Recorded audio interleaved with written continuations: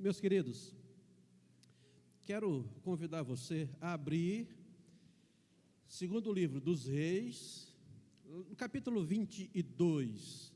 O tema de hoje que vamos estudar é redescobrindo a palavra do Senhor. Redescobrindo a palavra do Senhor. Segundo livro dos Reis, capítulo 22. Se você depois quiser fazer uma leitura paralela dessa passagem, você pode lê-la também no segundo livro das Crônicas, capítulo 34 e o capítulo 35. Tá? São duas visões e elas se completam perfeitamente. Segundo livro dos Reis, capítulo 22, vamos ler inicialmente o verso 1 e o verso 2. Diz assim a bendita palavra do nosso Pai Celestial. Josias tinha 8 anos de idade quando começou a reinar e reinou 31 anos em Jerusalém. O nome de sua mãe era Gedida, filha de Adaías, ela era de Boscate. Ele fez o que o Senhor aprova e andou nos caminhos de Davi, seu predecessor, sem desviar-se nem para a direita, nem para a esquerda. Nem para a direita, nem para a esquerda. Eu quero ler com você também o verso 20, capítulo 23, o verso 25, capítulo 23 do mesmo livro, o verso 25. Nem antes, nem depois de Josias, houve um rei como ele, que se voltasse para o Senhor de todo o coração, de toda a alma e de todas as suas forças, de acordo com toda a lei de Moisés. Nem antes, nem depois, houve um rei como ele, que se voltasse para Deus. Esse é um resumo da vida do rei Josias. O rei Josias, ele faz parte ali dos reis do reino do sul, o reino de Judá. Você sabe, eu espero que você saiba, se você não sabe, procure saber, que aqui nós estamos vivendo um período de uma monarquia dividida. Depois de Davi, o seu filho Roboão assume o reinado de Israel, e em seguida, por insensibilidade de Roboão, o reino se divide. Então Israel deixa de existir como uma única monarquia, e agora então existirão duas porções, ou dois reinos, o reino do norte e o reino do sul. Nesse momento, o reino do sul já havia sido levado para o cativeiro egípcio, 721 anos antes de Jesus. Aqui a datação do reinado de Josias é 640 antes de Cristo. E Josias, ele inicia o seu reinado com 8 anos de idade, e é lógico, é óbvio, que ele não reinava e não tomava decisões, mas a figura dele era a figura da sucessão do seu pai Amon, que havia sido assassinado, que era filho do pior rei que já havia existido no reino do sul, que é o rei Manassés. Não há nenhum outro rei mais maligno do que Manassés. Manassés morre, o seu filho Amon o sucede, ele é assassinado. Há um levante para que aqueles que assassinaram Amon sejam punidos, e enquanto removem essa rebelião, eles estabelecem Josias uma criança, porque era necessário indicar a existência de um sucessor, e ele então vai reinar um período, sendo orientado por sábios, por conselheiros, certamente homens tementes a Deus, que puderam ajudá-lo, e puderam então, caminhando com ele, despertá-lo para as questões da sua relação com o próprio Senhor. Leia a segundo livro das Crônicas, o capítulo 34, 35, você vai perceber como Josias passou por uma sucessão de fases da vida que são fundamentais para entender esta passagem aqui. O reino do sul estava em frangalhos, idolatria campeando, o próprio templo com ídolos internos colocados dentro do templo, a cidade de Judá sendo também avassaladas pelas questões de exploração social, pelas questões de corrupção e idolatria.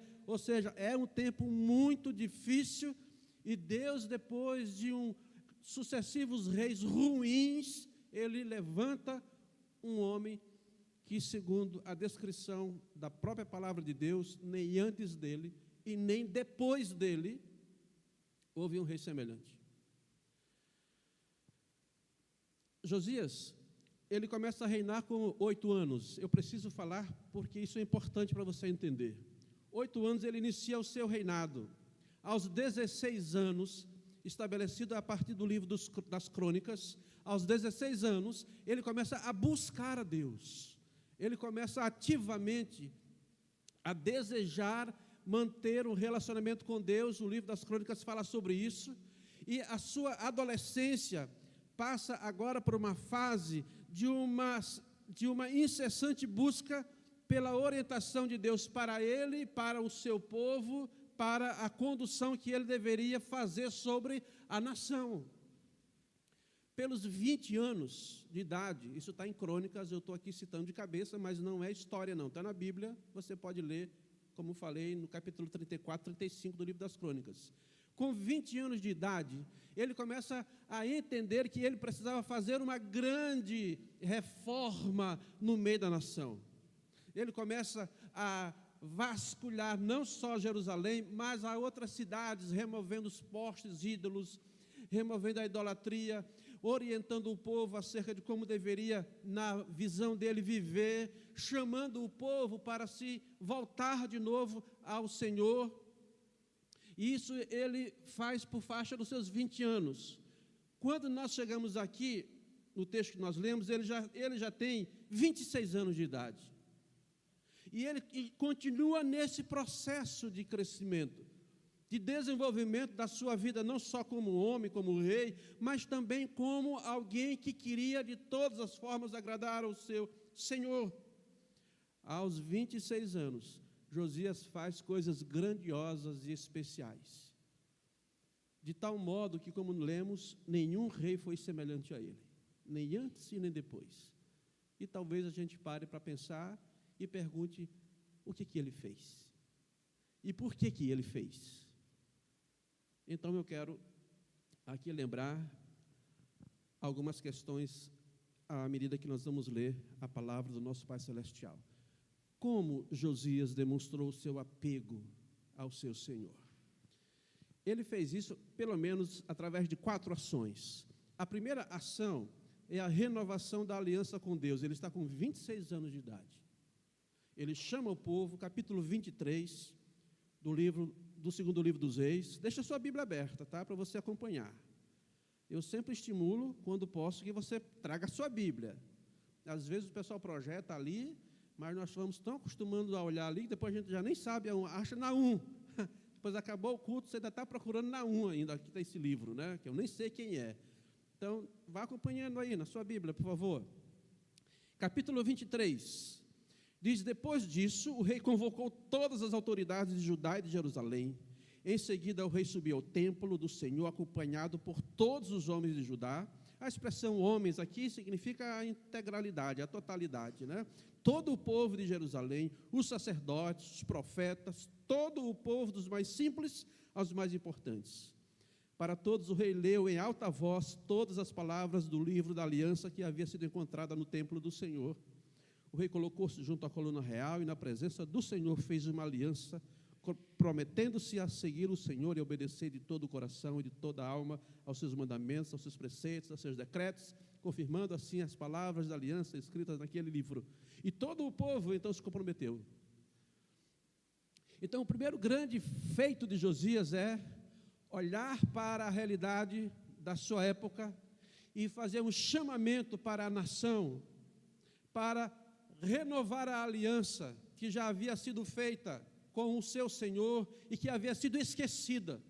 A aliança baseada naquilo que Deus havia dado pela lei, ou seja, pelos 5 primeiros livros, onde você encontra orientações claras, séculos antes de Israel se tornar uma nação.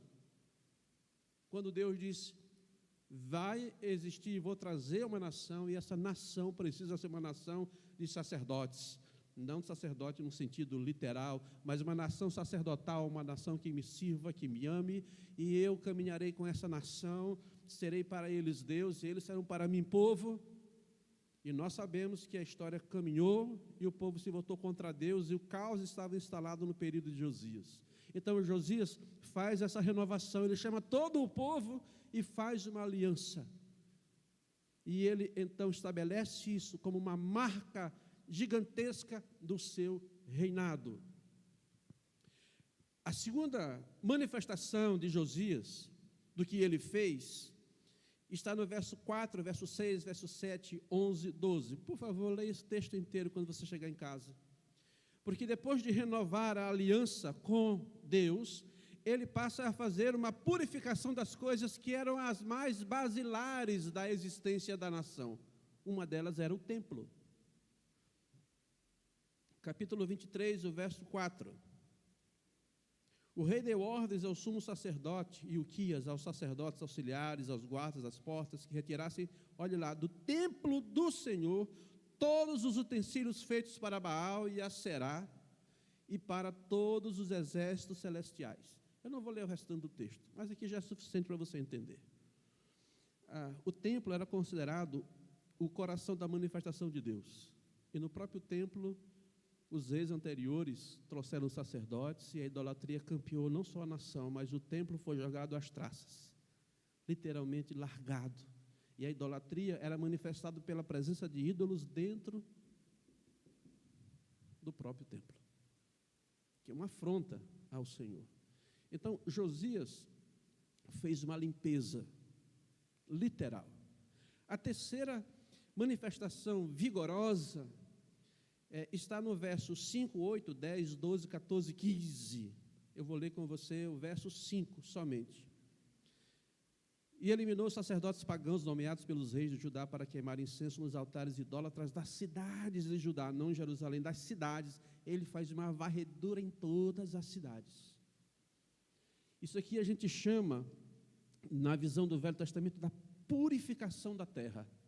Ele purifica o templo, santifica o templo, e agora, do templo, ele vai, então, projetar essa ação para todo o seu reino, mostrando e dando um direcionamento muito claro do que era realmente crer e entender quem era o próprio Senhor. Ele quer arrancar todo isso.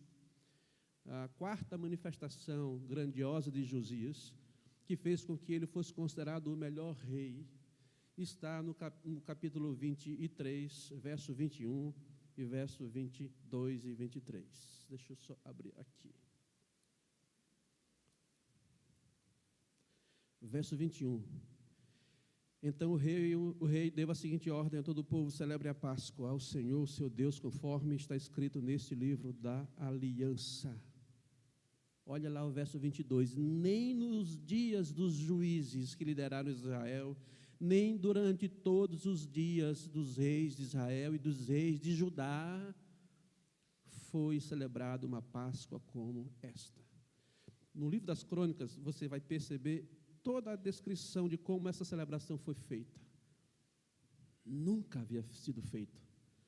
A recordação da ação de Deus no Egito, da celebração do povo tirado da escravidão e então libertado para caminhar rumo à terra prometida.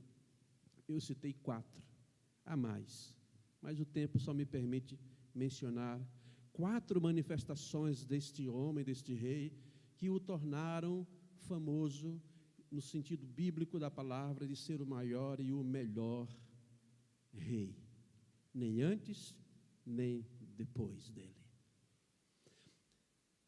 Forçosamente, nós precisamos fazer uma pergunta. E a única pergunta que é mais coerente até esta exposição que eu estou fazendo é: o que levou Josias a fazer isso?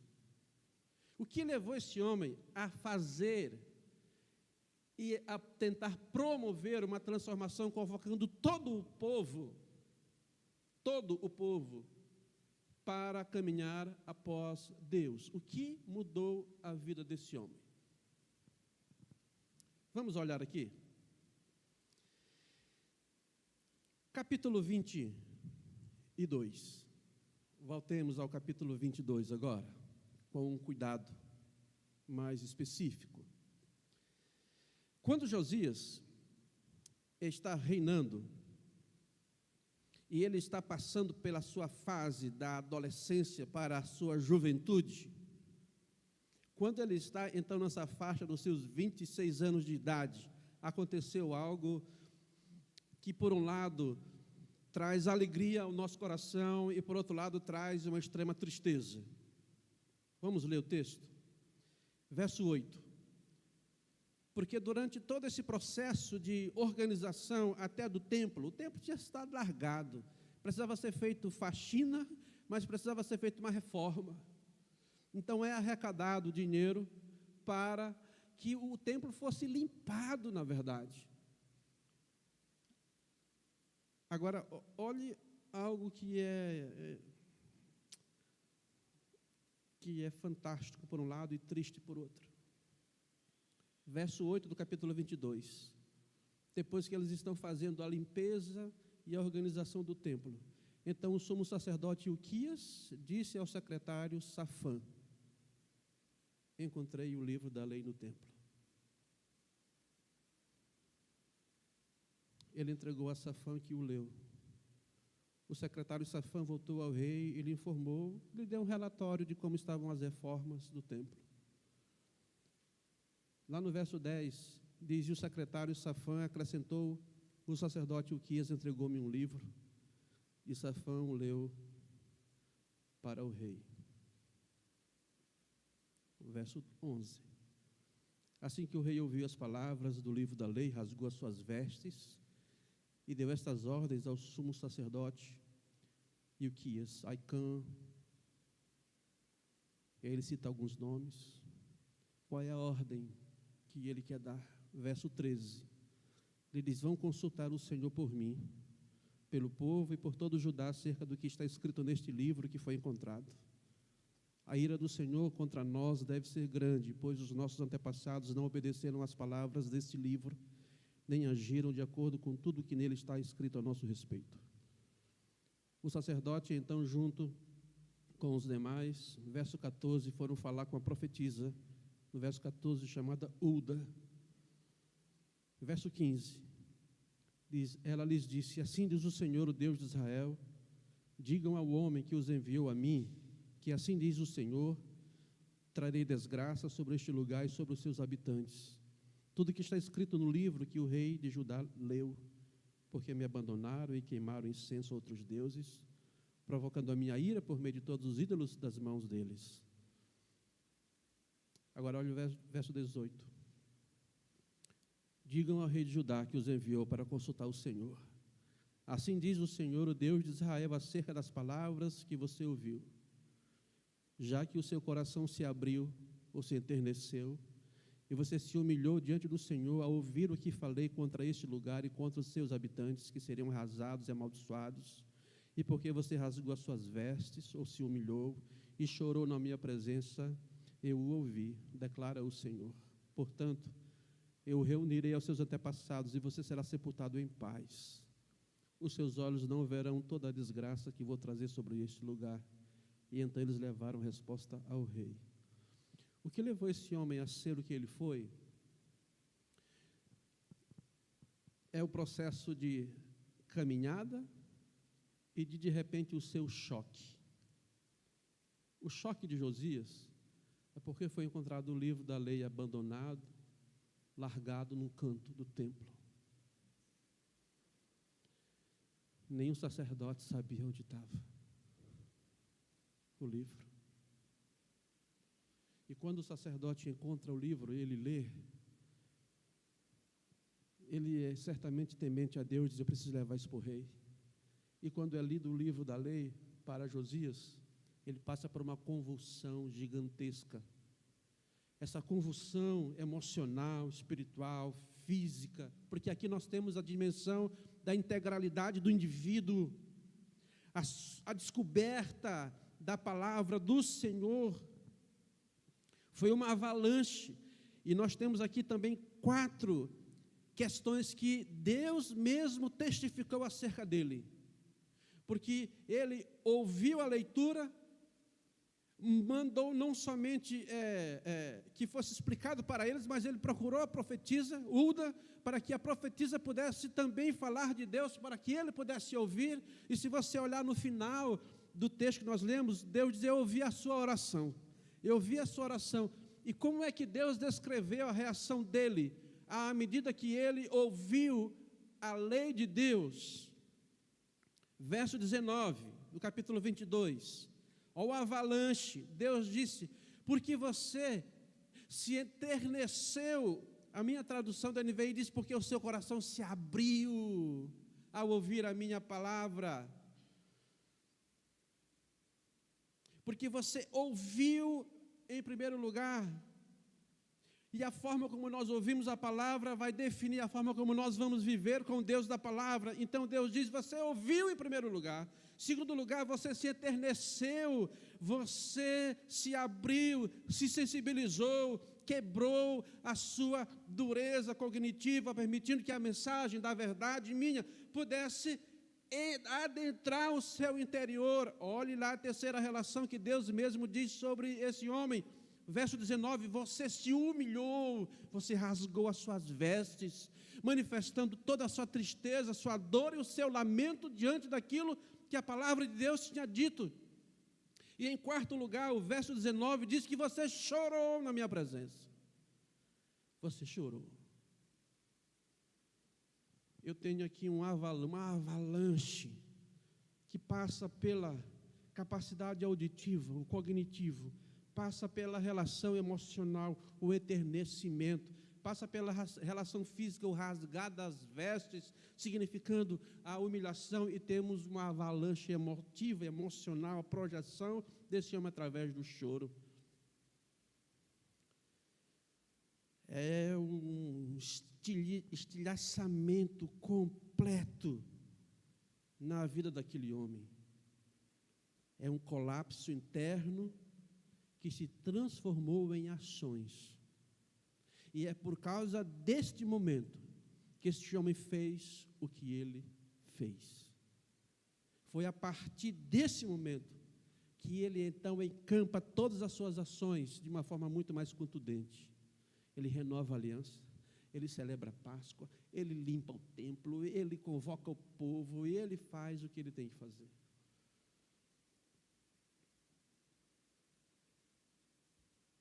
Que maravilha quando nós ainda hoje vemos pessoas como Josias redescobrindo a beleza, o poder da palavra do nosso Senhor, que ainda passam por estas manifestações à medida que conseguem ler a Bíblia, ouvir a mensagem e se colocam diante dela como carentes e necessitados da verdade que vem pela revelação do nosso Senhor. Eu preciso perguntar para você como é que você e como é que eu estou quando nós ouvimos a palavra. Quando nós ouvimos uma mensagem, quando nós participamos de um encontro, nós simplesmente estamos analisando o que nós estamos ouvindo, nós estamos simplesmente adquirindo conhecimento a mais, nós estamos simplesmente melhorando o nosso saber bíblico. Mas o que é que de fato acontece no nosso coração quando nós ouvimos a palavra do nosso Senhor? Josias é o padrão ouro, é o top. É aquilo que Deus gostaria que todos os discípulos de Jesus pudessem experimentar de uma forma contínua. Agora, o que acontece quando alguém tem a mesma oportunidade e faz tudo o contrário? O que acontece quando alguém tem a mesma oportunidade e faz tudo ao contrário, toma uma atitude diferente e demonstra o contraste entre um coração que ouviu e se quebrou e um outro que ouviu e se congelou, demonstrando desprezo, indiferença, não pela palavra de Deus, mas pelo próprio Deus da palavra. Eu quero lhes convidar a ler um trecho do profeta Jeremias. Deus me deu a graça de terminar a leitura de Jeremias ontem. É um longo livro. E Jeremias, no capítulo 36, nos traz um outro rei que veio depois de Josias. No capítulo 36, essa é uma das passagens mais tristes que eu particularmente já li na Bíblia. É uma leitura que todas as vezes, e como eu reli Jeremias, todas as vezes que eu leio esse texto é uma pancada na minha cabeça, porque ela é uma seta aguda de Deus para me chamar a atenção, para falar o meu coração. Capítulo 36, verso 1. Nós estamos agora no tempo do profeta Jeremias. Jeremias, talvez você nem saiba, e eu estou aqui tentando alertar você para conhecer a palavra, daqui a pouco eu vou falar sobre isso. Jeremias é contemporâneo de Ezequiel e de Daniel. São os 3 profetas. Eles viveram no mesmo período e cada um deles profetizou em lugar diferente. Nós temos aqui Jeremias, que havia ficado em Jerusalém. Diz assim, capítulo 36 do profeta Jeremias: no 4º ano do reinado de Jeoaquim, filho de Josias, rei de Judá, o Senhor dirigiu esta palavra a Jeremias: pegue um rolo e escreva nele todas as palavras que lhe falei a respeito de Israel, de Judá e de todas as outras nações, desde que comecei a falar a você durante o reinado de Josias até hoje. Talvez quando o povo de Judá souber de cada uma dessas coisas que planejo trazer sobre eles, cada um se converta da sua má conduta e eu perdoe a iniquidade e o pecado deles. Josias havia morrido. Se você leu a 2ª carta das Crônicas, é um momento duro para o povo, triste. Ele morre numa guerra e a nação perde o seu rei, um rei diferenciado. Vem um filho e o caos volta. E Deus diz ao profeta Jeremias: escreva o que eu vou dizer a você. E você pegue essa palavra e você mande Baruque levar para o rei, porque eu ainda tenho compaixão, tenho graça, tenho vontade de não trazer o mal sobre o povo. Então isso é feito. Verso 4. Jeremias chama Baruque e escreve a mensagem. Ele não pode ir até o palácio ler. Jeremias está proibido de ir para lá. Então ele manda essa carta para ser lida. Verso 8. E Baruque, filho de Nerias, fez exatamente tudo aquilo que o profeta Jeremias lhe mandou fazer e leu as palavras do Senhor. Agora olha o verso 9. Olha que tristeza. No 9º mês do 5º ano do reinado de Joaquim, filho de Josias, rei de Judá, foi proclamado o jejum perante o Senhor para todo o povo de Jerusalém e para todo o povo que vinha das cidades de Judá e para Jerusalém. 10. Baruque leu a todo o povo as palavras de Jeremias escritas no rolo. Ele as leu no templo do Senhor. Aí ele vai continuar o texto. Quando eles ouvem o que Deus estava falando, eles dizem: nós precisamos falar com o nosso rei. Nós precisamos levar isto para o rei Joaquim. Agora observe. Eles mandam que Jeremias fique escondido desse rei. E aí então nós temos, do verso 20 ao verso 26, a descrição do que aconteceu. Eles foram até o palácio real e relataram tudo ao rei no verso 20. O rei mandou Jeude pegar o rolo, e Jeude o trouxe da sala de Elisama, o secretário, e o leu ao rei e a todos os líderes que estavam ao seu serviço. Isso aconteceu no 9º mês. O rei estava sentado em seus aposentos de inverno, perto de um braseiro aceso. Assim que Jeude terminava de ler 3 ou 4 colunas, o rei as cortava com uma faca de escrivão e as atirava no braseiro até que o rolo inteiro foi queimado no braseiro.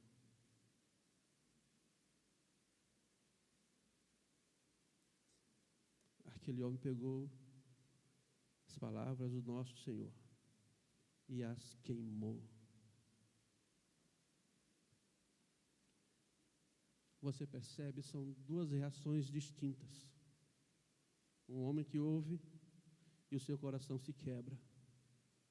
O outro que ouve e o seu coração está mais frio do que o próprio inverno. Que ele tentava se aquecer em uma lareira.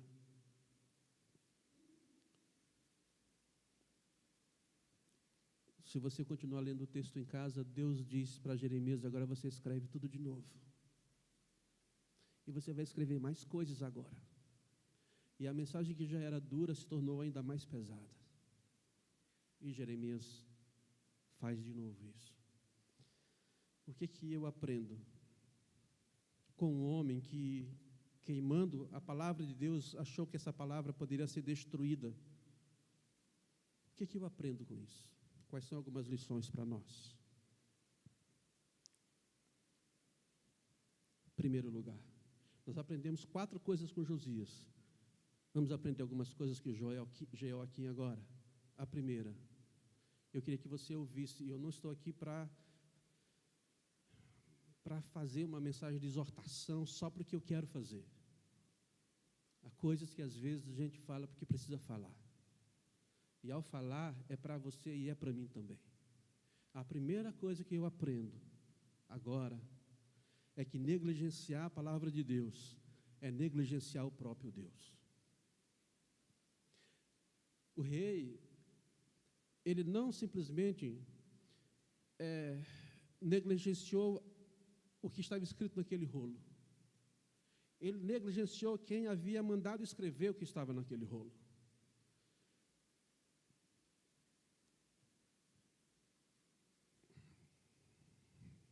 Como é que eu posso dizer isso para você? 2.600 anos depois, nós estamos aqui, irmãos. 2.600 anos, nós saímos de um palácio de inverno e por providência, nós estamos no inverno de novo. Não estamos num palácio, estamos aqui no templo para adorar o mesmo Deus, o mesmo Senhor. E quero dizer isso aqui com um coração muito doloroso, doído.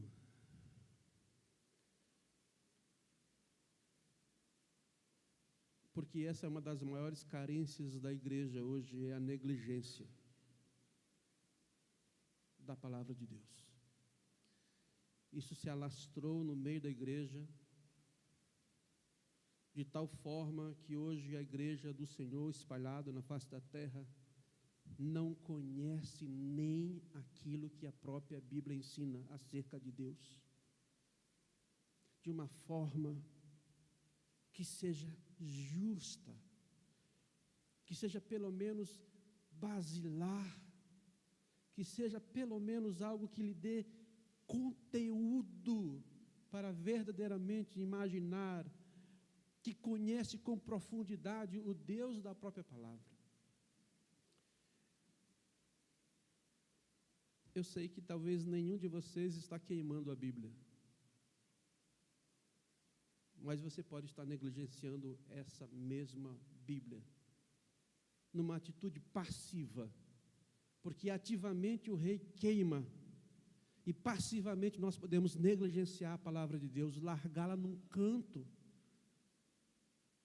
não acessá-la, não lê-la.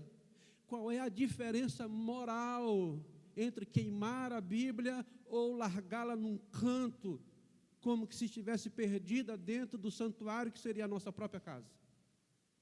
Qual é a diferença moral? Porque as duas coisas caminham para a mesma relação. Calar a voz de Deus. O rei queria calar a voz de Deus. Quando nós olhamos para a Escritura Sagrada e nós não damos a ela o devido valor, nós estamos, de alguma forma, tentando calar a voz de Deus para a nossa vida.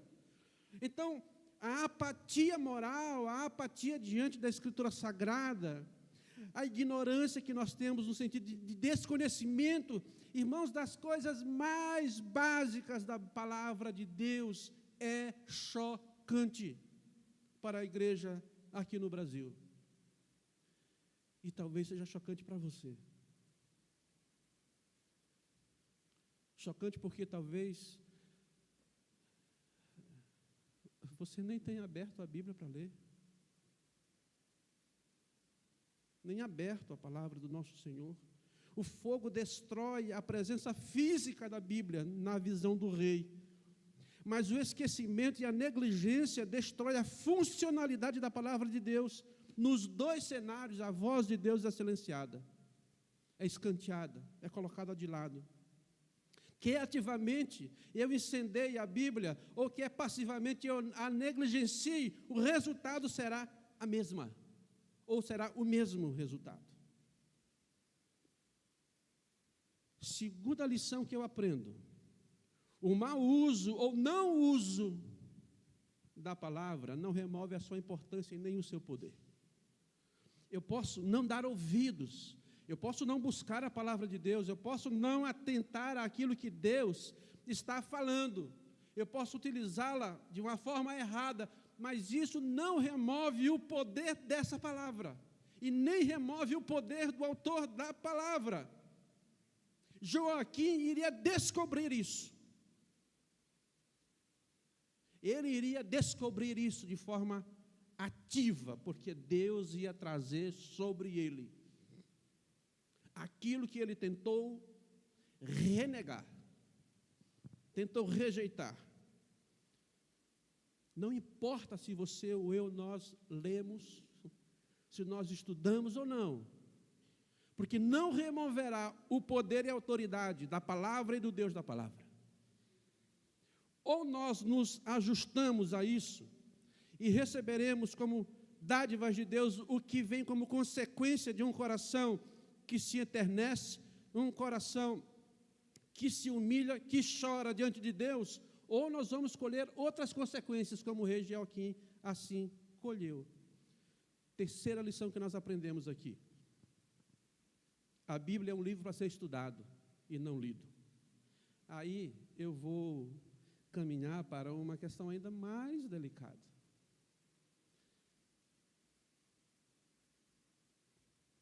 Se hoje quase não se lê mais a Bíblia, quanto mais estudá-la. Quanto mais estudá-la. Observe o paralelo. Tanto para Josias quanto para Joaquim, a Bíblia foi lida, ou a palavra de Deus foi lida. Agora, olhe, Josias vai um passo a mais. Ele ouve, mas ele não está tão somente satisfeito em ouvir. Ele faz mais um passo, que nós já citamos. Ele quer saber mais, ele quer se informar mais, ele quer aprender mais. Aí ele vai lá para profetiza. E diz: olha, eu preciso saber mais.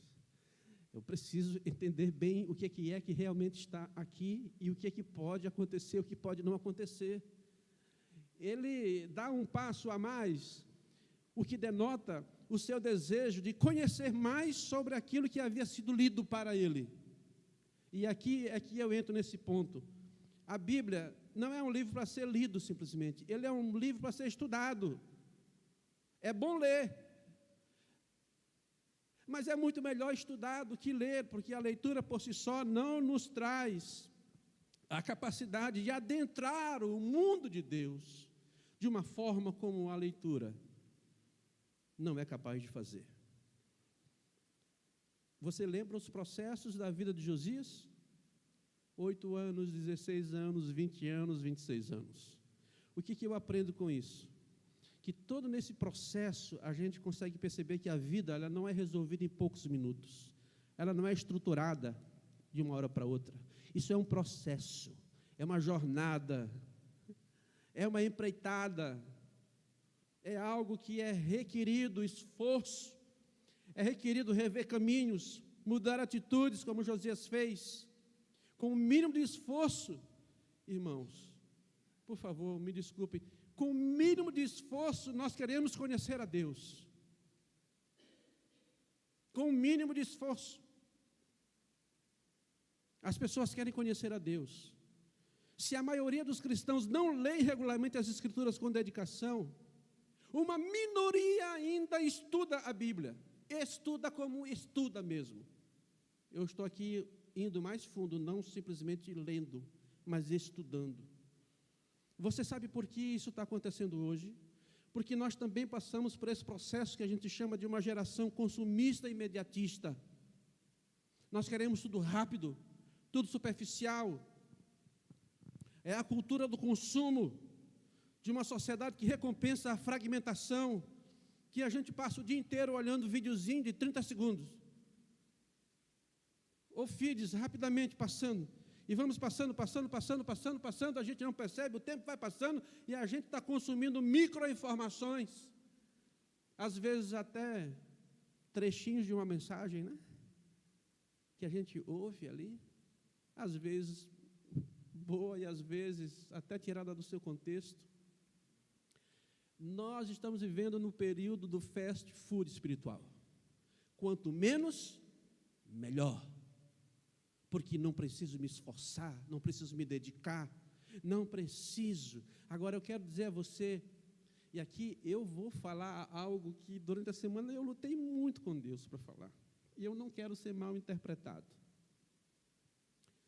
Porque essa relação de consumo do imediatismo ou da superficialidade foi se agigantando de tal modo que as pessoas substituem até a leitura bíblica por um devocional. Eu não estou dizendo que o devocional não é bom. Ele tem a sua utilidade.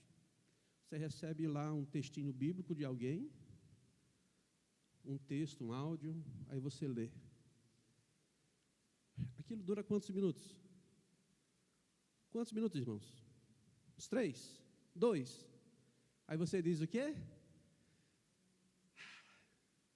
Já estou alimentado. Qual foi o seu esforço?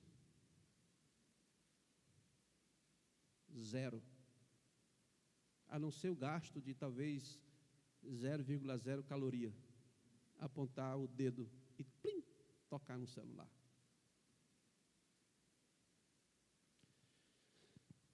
Meus irmãos, devocional é bom. Mas você sabe o que ele é para mim? Na minha visão, ele é um suplemento. Ele pode completar alguma coisa. Mas ele não é a refeição principal. A refeição principal é o estudo da Escritura. Que você pode usar um devocional como um suplemento vitamínico. Agora, tente tomar vitamina. Só vitamina, só suplemento, só suplemento, só suplemento. Deixe de comer, deixe de se alimentar. Você vai conseguir. Nós não vamos conseguir, irmãos. Então, se você está acostumado a tentar manter a sua relação de espiritualidade com Deus só na base devocional, eu vou dizer, é muito pobre. É muito pobre.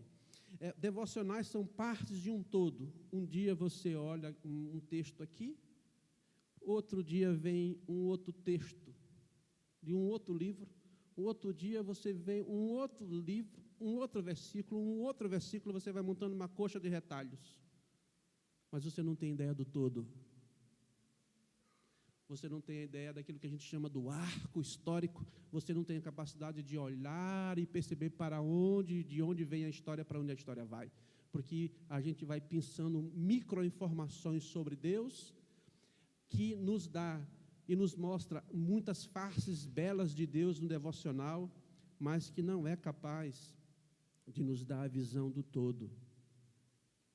Você sabe também como que eu comparo isso aqui, se eu ainda não lhe convenci sobre isso, você já assistir um trailer de um filme, 2, 3 minutos.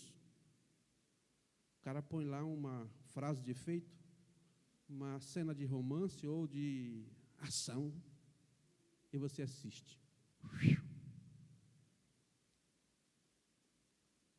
Agora, sente para assistir o filme, você vai ver que é completamente diferente. Porque você vai olhar o todo e não o micro. Então, eu queria também aqui alertar você sobre isso.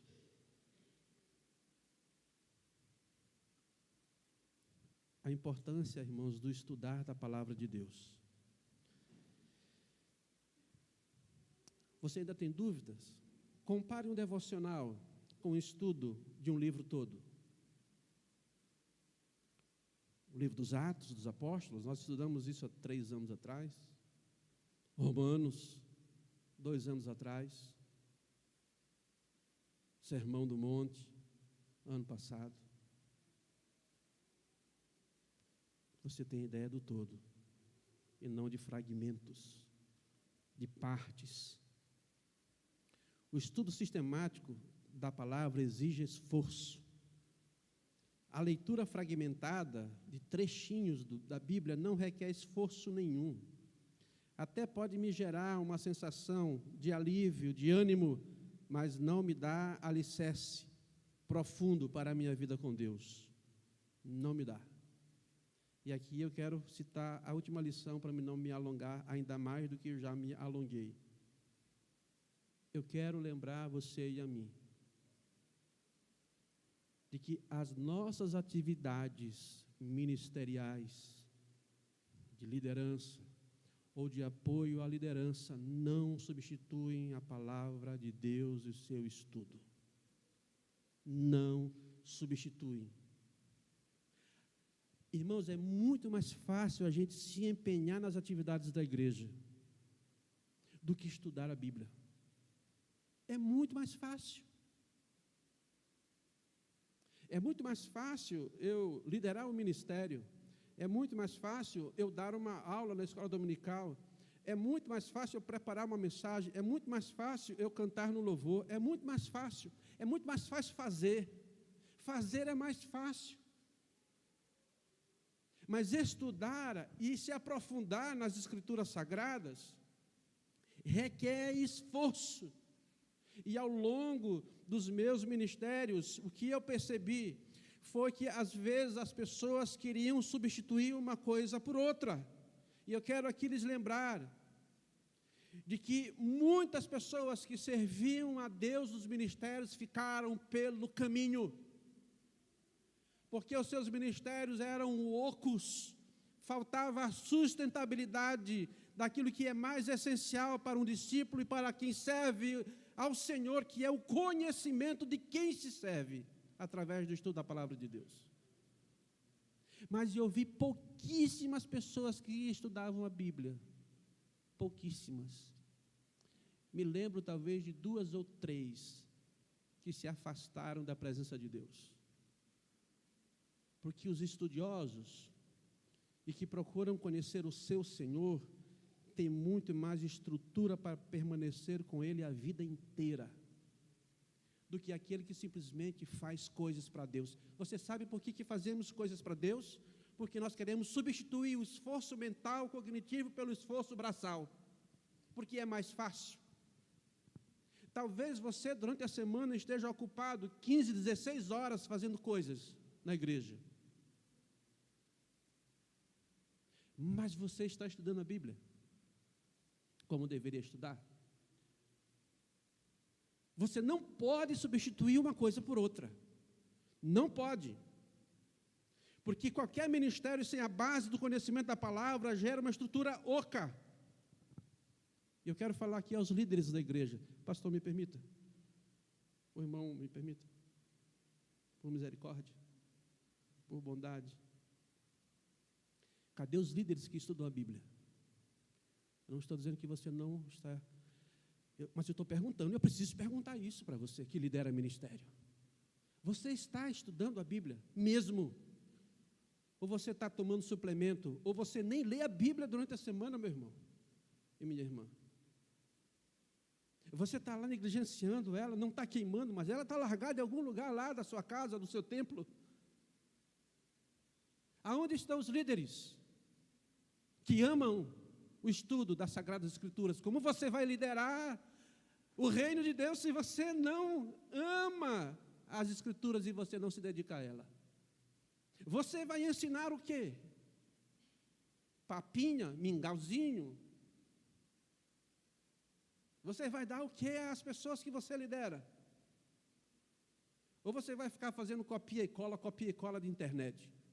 E vai ficar só repetindo o que os outros estão dizendo?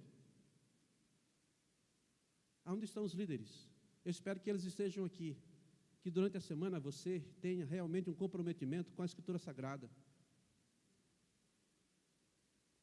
Que você tenha compromisso. É difícil, meu irmão, eu sei que é difícil. Você acha que não é difícil? Você acha que para mim não é um desafio me manter estudando até hoje? A minha esposa trabalha comigo, ela sabe. Ela conhece.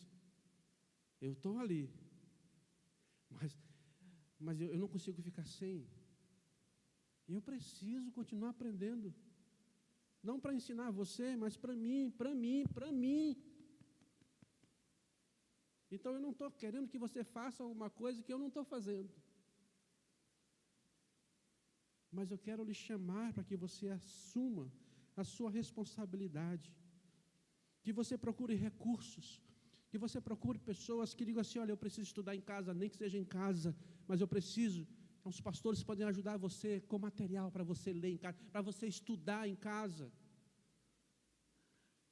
E se você não puder estudar em casa, vem estudar na escola bíblica dominical. Se você não estudar de um jeito nem do outro, o que você vai fazer? O que você vai fazer, meu irmão? Não ocupe a sua mão, para você não ocupar a sua mente. Quer dizer, não ocupe. Deixa eu refazer a frase aqui. Nós ocupamos as mãos fazendo coisas para não ocupar a mente, porque é mais fácil. Concluo dizendo que nós precisamos escapar da apatia, da poeira, da palavra largada, do fogo da rejeição, da coxa de retalhos e da roda do ativismo, como o hamster, que caminha e não sai do lugar.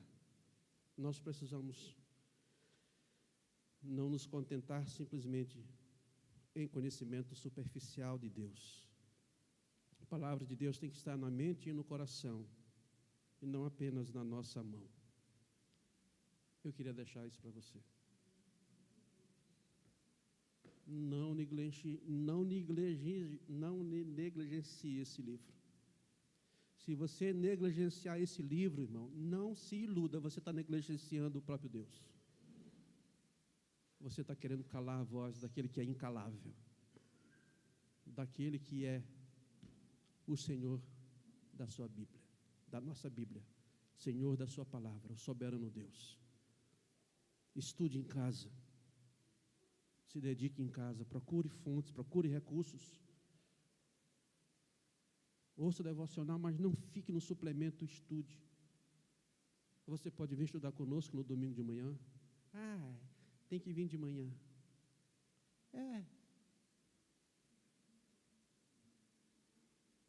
Não se constrói vida sem esforço. Não se constrói alicerce sem cavar. Não se constrói. Que você e eu ouçamos e possamos, como Josias, ouvir, nos abrir, nos humilhar e chorar e caminhar em direção à palavra do nosso Pai Celestial. Deus abençoe você e a mim.